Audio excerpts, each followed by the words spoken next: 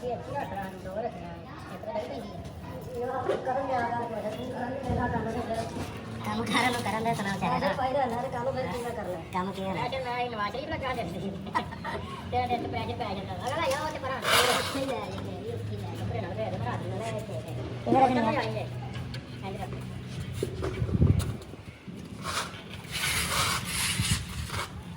ਬਾਉਣ ਵਾਲਾ ਇੱਥੇ ਆ ਗਿਆ ਸਾਡੇ ਨਾਲ ਦੇ